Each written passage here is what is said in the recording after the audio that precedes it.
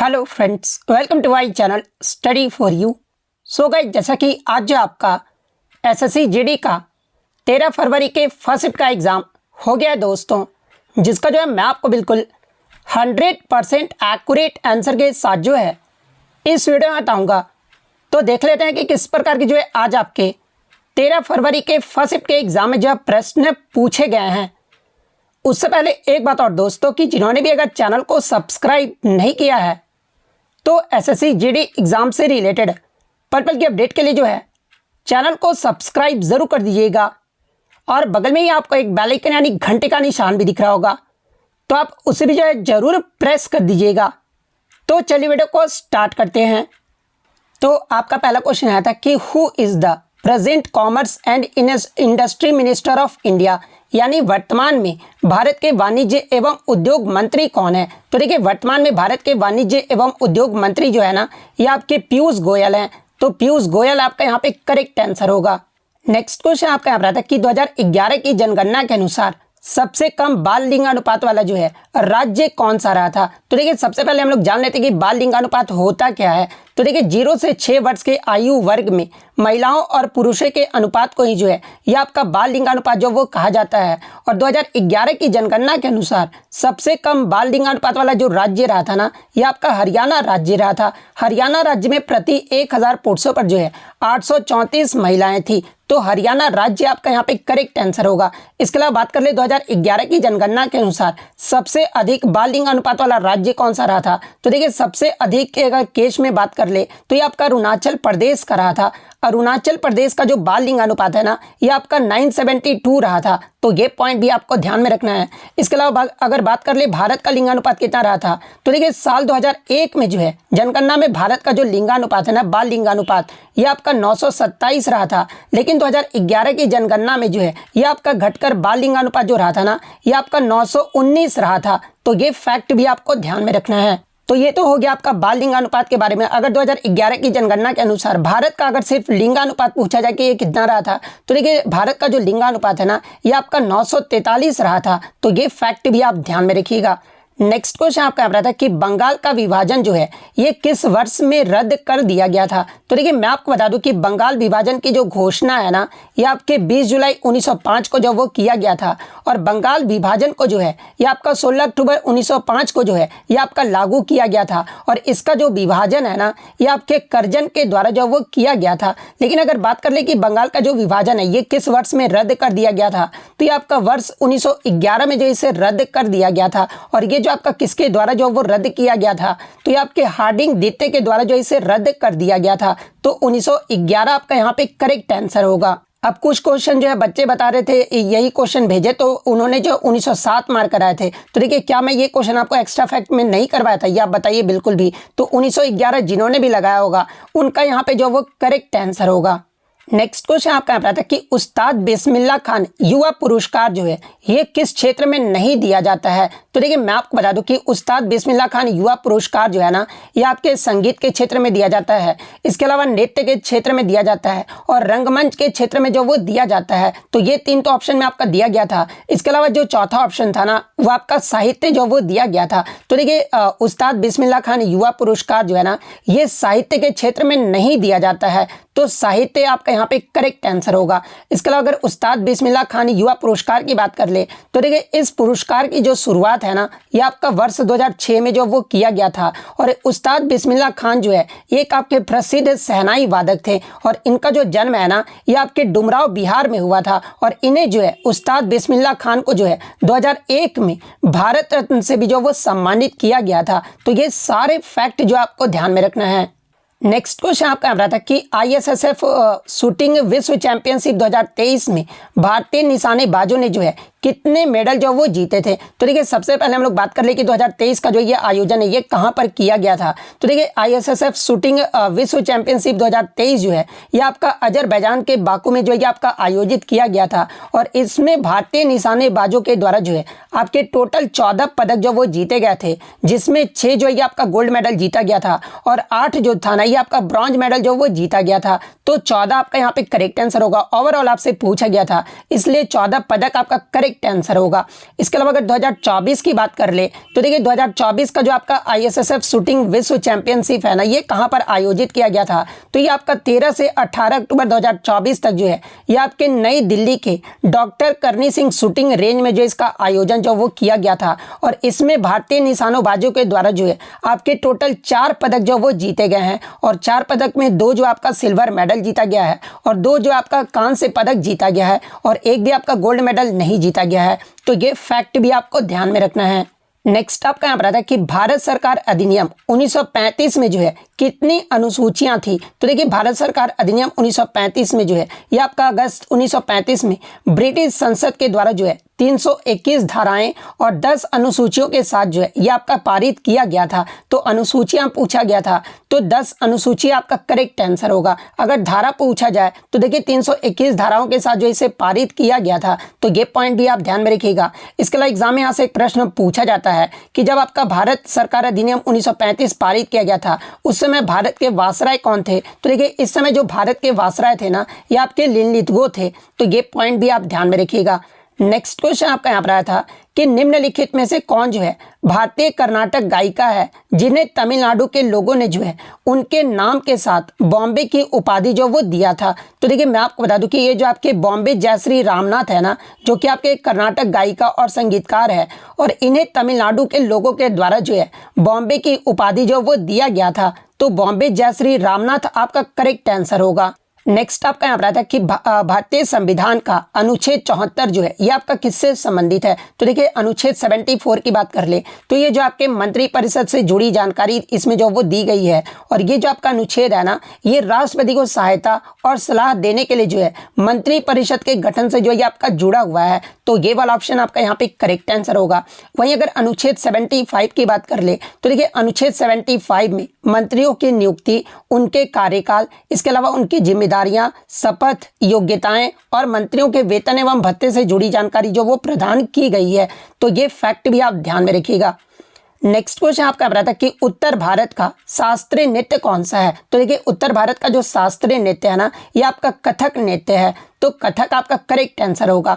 इसके अलावा मैं आपको बता दूं कि संगीत नाटक एकेडमी के अनुसार भारत में 8 शास्त्रीय नृत्य को दर्जा दिया गया है। जब क्वेश्चन में आपका संगीत नाटक एकेडमी दिया रहा है ना, तो भारत में 8 शास्त्रीय नृत्य को दर्जा दिया गया है। और वो 8 शास्त्रीय नृत्य कौन कौन से हैं। तो पहला आपका भरतनाट्यम है जो कि आपका तमिलनाडु का शास्त्रीय नृत्य है। सेकंड आपका कथक है जो कि आपका उत्तर भारत का है। कुचिपुड़ी जो ये आपका आंध्र प्रदेश का है। ओडिसी जो ये आपका उड़ीसा का है। कथकली जो ये आपका केरल का है। सत्रिया की बात कर ले तो ये आपका असम का है। मणिपुरी जो ये आपका मणिपुर का है। और मोहिनी अट्टम जो है ना, ये भी आपका केरल का है। तो ये जो आपके 8 शास्त्रीय नृत्य हैं। लेकिन जब आपका क्वेश्चन में दिया रहा है कि भारत सरकार की संस्कृति मंत्रालय के अकॉर्डिंग कितने शास्त्रीय नृत्य को दर्जा दिया गया है, तो देखिए संस्कृति मंत्रालय के अकॉर्डिंग जो है 9 शास्त्रीय नृत्य को दर्जा दिया गया है। और 9वां शास्त्रीय नृत्य कौन सा है संस्कृति मंत्रालय के अकॉर्डिंग, तो ये छऊ नृत्य है। और छऊ जो नृत्य है ना, ये आपके 3 राज्यों का शास्त्रीय नृत्य लोक नृत्य है। ठीक है, कौन कौन से राज्य है, तो एक तो आपका पश्चिम बंगाल, सेकंड आपका उड़ीसा, और थर्ड आपका झारखंड राज्य का जो है एक लोक नृत्य है। तो ये पॉइंट भी आप ध्यान में रखिएगा। नेक्स्ट अगर बात कर ले कथक नृत्य से जुड़े प्रमुख कलाकारों के नाम, तो देखिए पंडित बिरजू महाराज, इसके अलावा आपके जो है भानुजी, जानकी प्रसाद जो कि आपके बनारस घराने से संबंधित है। इसके अलावा ईश्वरी प्रसाद जो कि आपके लखनऊ घराने से संबंधित है। पंडित शंभू महाराज जो कि आपके लखनऊ घराने से संबंधित है। राजा चक्रधर सिंह जो कि आपके रायगढ़ घराने से संबंधित है। पंडित लच्छू महाराज, अच्छन महाराज, सितारा देवी, रोशन कुमारी, शोभना नारायण, माया रॉय, कुमुदनी लखिया, इन सभी कलाकारों का जो संबंध है ना, ये आपके कथक नृत्य से है। और इनके घराना भी जो वो आप जरूर देख लीजिएगा, क्योंकि यहाँ से भी प्रश्न जो वो पूछा जाता है। तो ये सारे एक्स्ट्रा फैक्ट जो आपको ध्यान में रखना है। नेक्स्ट क्वेश्चन आपका बताता है कि द्रोणाचार्य पुरस्कार की स्थापना ये जो है किस वर्ष में किया गया था। तो देखिए द्रोणाचार्य पुरस्कार की जो स्थापना है ना, ये आपका वर्ष 1985 में जो वो किया गया था। और ये जो पुरस्कार है ना, ये आपके खेल कोचिंग में उत्कृष्टता के लिए जो वो दिया जाता है। और ये जो आपके भारत सरकार के द्वारा दिया जाने वाला जो है खेल कोचिंग का जो वो सर्वोच्च सम्मान है, यानी ये जो पुरस्कार है ना, ये आपके खिलाड़ियों के कोच को जब वो दिया जाता है तो 1985 आपका यहाँ पे करेक्ट आंसर होगा।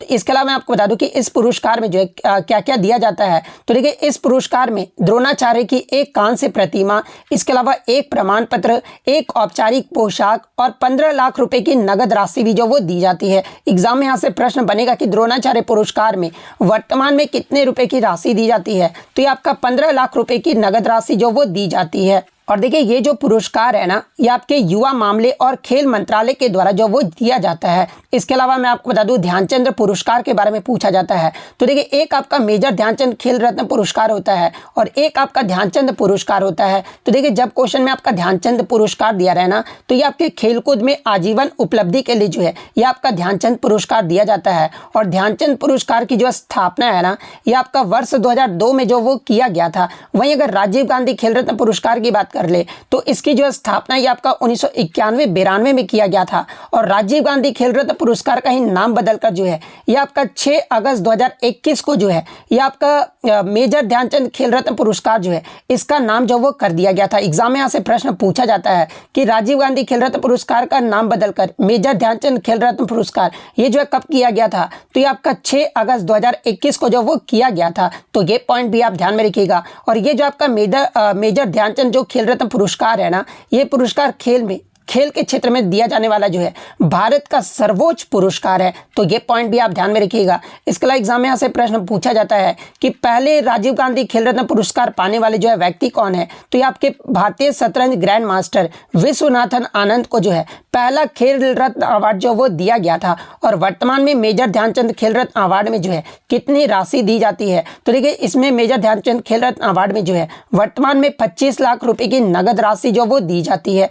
तो ये पॉइंट भी आप ध्यान में रखिएगा। वहीं अगर अर्जुन पुरस्कार की बात कर ले तो देखिए, अर्जुन पुरस्कार की जो शुरुआत है ना, ये आपका वर्ष 1961 में किया गया था। और अर्जुन पुरस्कार में जो राशि को जो है ना, ये आपका वर्ष 2020 में 5 लाख रुपए से बढ़ाकर जो है वर्तमान में जो अभी अर्जुन पुरस्कार में जो राशि दी जाती है ना, ये 15 लाख रुपए की राशि जो वो दी जाती है। तो ये सारे एक्स्ट्रा फैक्ट जो आपको ध्यान में रखना है। और इससे प्रीवियस शिफ्ट में आपसे पूछा गया था कि आपके साहित्य जो आपका जो साहित्य एकेडमी की जो स्थापना है ना, ये कब किया गया था। तो देखिए, संगीत नाटक एकेडमी की जो स्थापना है ना, ये आपका वर्ष 1952-53 में जो वो किया गया था।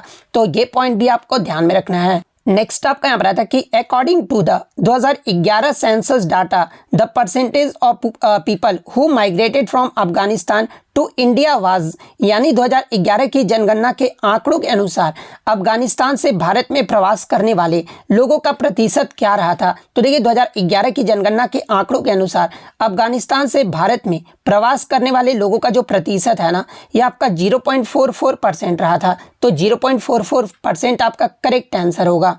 नेक्स्ट आपका यहाँ पर आता है कि इनमें से कौन सा वेद जो है ये आपका गोपथ ब्राह्मण से संबंधित है। तो देखिए, ये जो आपका अथर्ववेद है ना, ये आपका गोपथ ब्राह्मण से जो है ये आपका संबंधित है। तो अथर्ववेद आपका करेक्ट आंसर होगा। इसके अलावा अथर्ववेद की बात कर ले तो ये जो आपका एक वैदिक अनुष्ठानों का वर्णन करने वाले गद्य ग्रंथों की जो है एक शैली है। तो ये पॉइंट भी आप ध्यान में रखिएगा। और आगे के शिफ्टों में यहाँ से आपका प्रश्न बनेगा कि निम्न में से किस वैदिक ग्रंथ में जो है प्रथम बार पूर्वी और पश्चिमी सागर का उल्लेख जो वो किया गया है। तो देखिए, मैं आपको बता दूं कि आपके यजुर्वेद में जो है पहली बार पूर्वी और पश्चिमी सागर का उल्लेख जो वो किया गया है।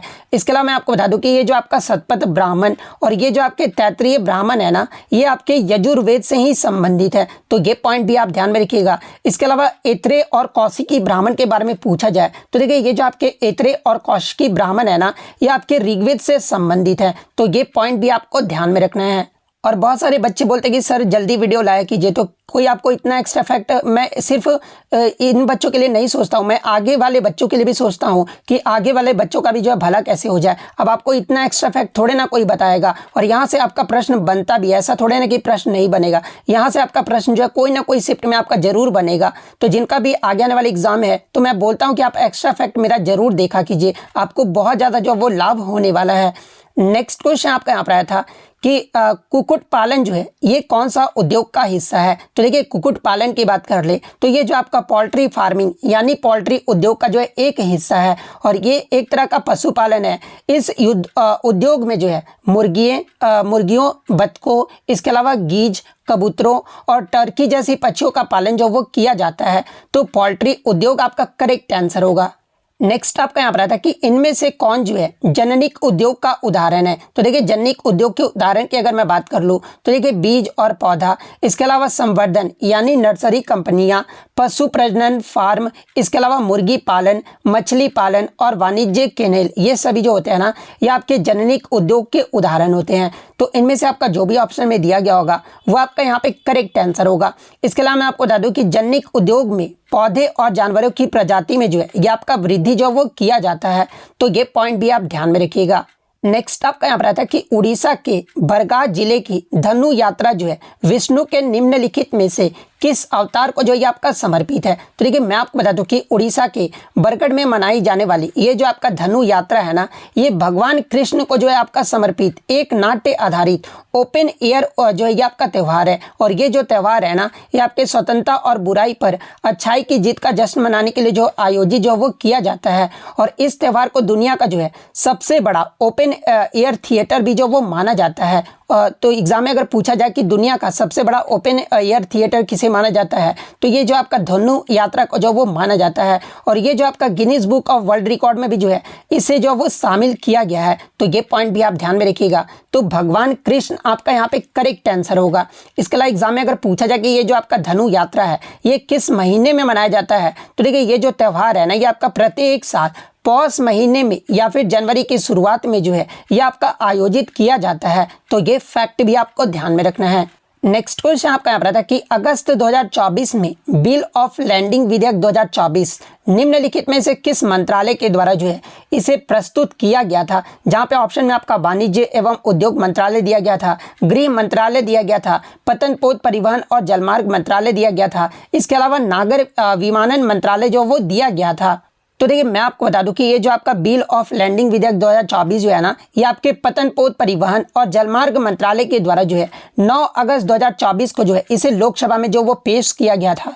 और ये जो विधेयक है ना ये भारतीय बिल ऑफ लैंडिंग एक्ट 1856 का जो ये आपका जगह लिया है। इसके अलावा 9 अगस्त 2024 को ही जो है ये आपके लोकसभा में समुद्र माल परिवहन विधेयक 2024 भी जो वो पेश किया गया था। और ये विधेयक जो है ना ये आपके भारतीय समुद्री माल परिवहन एक्ट 1925 की जो है ये आपका जगह लेगा। तो पतन पोत परिवहन और जलमार्ग मंत्रालय आपका करेक्ट आंसर होगा। नेक्स्ट क्वेश्चन आपका यहाँ पर आया था कि विलयन के द्रव्यमान आयतन प्रतिशत और आयतन प्रतिशत का जो अनुपात होता है ना ये कितना होता है। तो देखिए मैं आपको बता दूं कि द्रव्यमान आयतन प्रतिशत में विलय का द्रव्यमान जो ये आपका लिया जाता है, जबकि आयतन या फिर आयतन प्रतिशत में विलय का आयतन जो वो लिया जाता है। वहीं अगर क्वेश्चन की ओर बढ़ जाए तो देखिए किसी विलयन के द्रव्यमान और आयतन प्रतिशत को जो है ये आपके विलयन में उपस्थित विलय के द्रव्यमान के अनुपात के रूप में जो है इसे परिभाषित जो वो किया जाता है। तो विलय के द्रव्यमान का अनुपात आपका यहाँ पे करेक्ट आंसर होगा। नेक्स्ट आपका यहाँ पर आता है कि व्यवहारिक अनुकूलन का जो है परिभाषा जो वो पूछा गया था। तो देखिए व्यवहारिक अनुकूलन का जो मतलब होता है ना ये कोई जीव अपने व्यवहार को बदलकर पर्यावरण में बदलाव के अनुकूल बन जाता है, इसे ही जो आपका व्यवहारिक अनुकूल जो वो कहा जाता है। और इस बदलाव से जीवित रहने और प्रजनन की क्षमता भी जो वो बढ़ती है। नेक्स्ट क्वेश्चन आपका यहाँ पर आता है कि बजट घाटे का जो है सरकार पर क्या प्रभाव पड़ेगा। तो देखिए इसके ऑप्शन तो बच्चों द्वारा मुझे नहीं मिले हैं, लेकिन मैं आपको बता दूं कि बजट घाटे से जो है सरकार पर जो है कई सारे प्रभाव पड़ते हैं। जैसे कि महंगाई जो है ये आपका ब्याज दरों में जो ये आपका इस वृद्धि जो वो देखने को मिलता है और उधारी का जो स्तर है ना ये भी आपका बढ़ जाता है। इसके अलावा बजट घाटे से जुड़े प्रभाव सरकार की आम जनता जो है आम जनता दोनों पर जो ये आपका जो प्रभाव जो वो देखने को मिलता है, जिसमें आपका सरकार पर बजट घाटे का प्रभाव पूछा गया था। तो देखिए बजट घाटे के कारण सरकार को जो ये आपका ज्यादा उधार लेना पड़ता है। इसके अलावा ज्यादा उधार लेने के कारण जो है ब्याज भुगतान जो ये आपका बढ़ जाता है। ज्यादा उधार लेने के कारण पुनर्निवेश जो है ये आपका कम हो जाता है, जिससे अगले साल राजस्व भी जो है ये आपका कम हो जाता है। और ज्यादा उधार लेने के कारण अर्थव्यवस्था पर भी जो है आपका दबाव जो वो बढ़ता है। तो इनमें से आपका जो भी ऑप्शन में दिया गया होगा वो आपका यहाँ पे करेक्ट आंसर होगा। तो देखिए जीके जीएस के जो है मैंने आपको टोटल 20 क्वेश्चन जो आपका करवा दिया है। अब हम लोग हिंदी के प्रश्न को जो है 20 प्रश्नों को जो वो देख लेते हैं। तो देखिए हिंदी में जो आपका पहला क्वेश्चन आया था, चेतन शब्द का जो आपसे विलोम शब्द पूछा गया था। तो देखिए चेतन शब्द का जो विलोम शब्द होगा ना वो आपका अचेतन होगा, तो अचेतन आपका करेक्ट आंसर होगा। नेक्स्ट आपका यहाँ पर इच्छा शब्द का विलोम शब्द पूछा गया था। तो देखिए इच्छा शब्द का जो विलोम शब्द होता है ना ये आपका अनिच्छा होता है, तो अनिच्छा आपका करेक्ट आंसर होगा।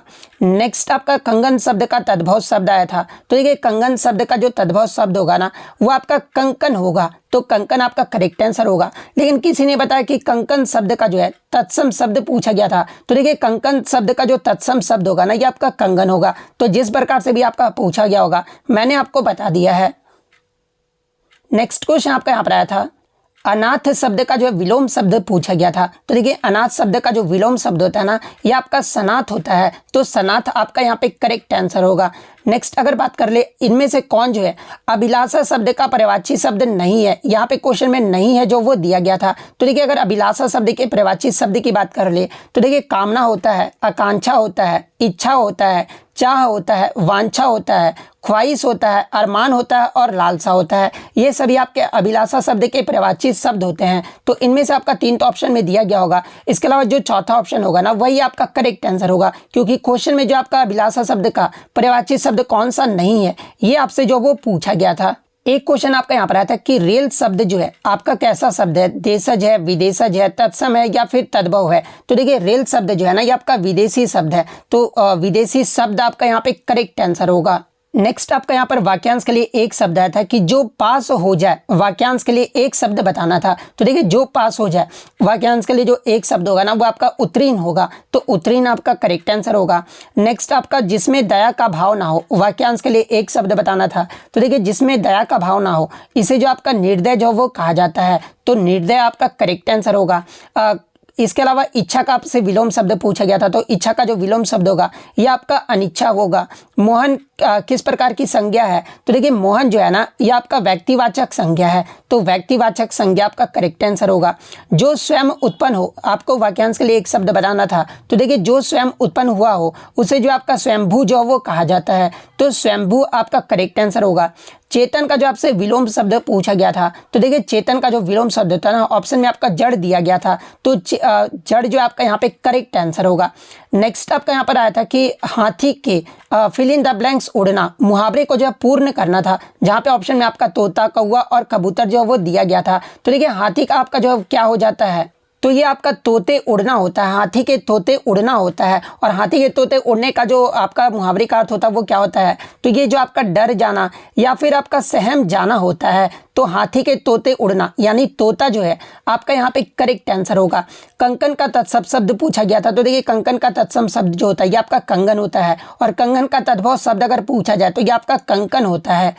गैस जो है ये आपका किस प्रकार का शब्द है, तो देखिए गैस जो है ना ये आपका एक प्रकार का विदेशज शब्द है, तो विदेशज आपका यहाँ पे करेक्ट आंसर होगा। उसके बाद कालवाचक क्रिया विशेषण से आपका एक प्रश्न जो वो देखने को मिला था। एक आपका जो है वाचक से भी जो है प्रश्न जो है वो वाक्य से भी जो आपका प्रश्न जो है वो देखने को मिला था।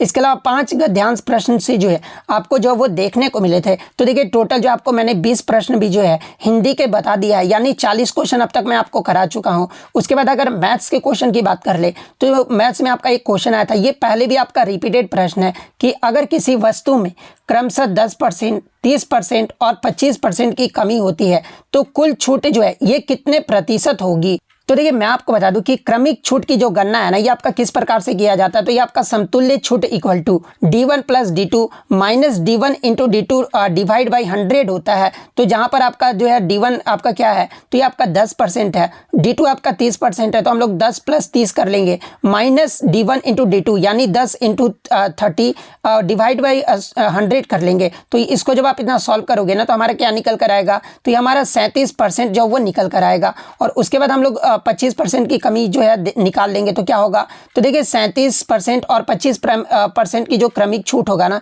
ये कितना निकल कर आएगा, तो ये आपका 53% जो वो निकल कर आएगा। तो यानी 10%, 30% और 25% की क्रमिक जो छूट होगी ना ये आपका 53% की जो है एकल छूट के जो वो समतुल्य होगा। तो 53% आपका यहाँ पे करेक्ट आंसर होगा।